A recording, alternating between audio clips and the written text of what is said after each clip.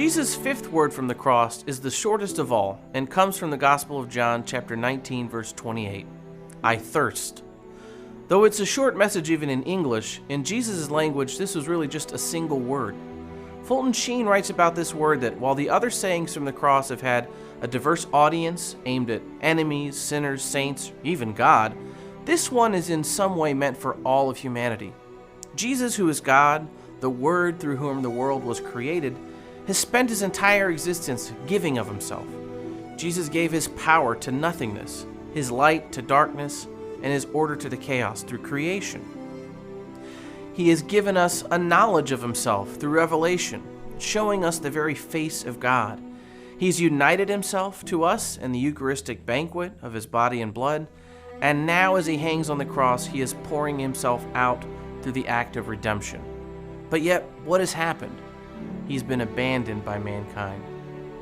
Whereas, my God, why have you forsaken me, was meant to express the agony of human nature deprived of God, this word, I thirst, expresses the other side, God deprived of our presence.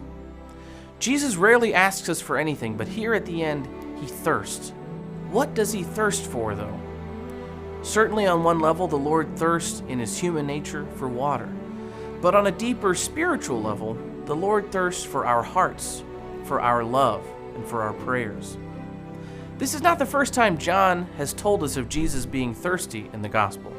In fact, in chapter 4, Jesus meets the woman at the well and asks her for a drink.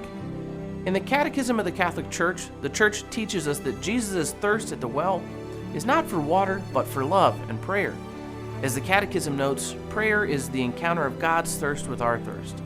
God thirsts that we might thirst for him. As we head toward Good Friday tomorrow, let's remember Jesus' thirst and respond to it with prayer and love.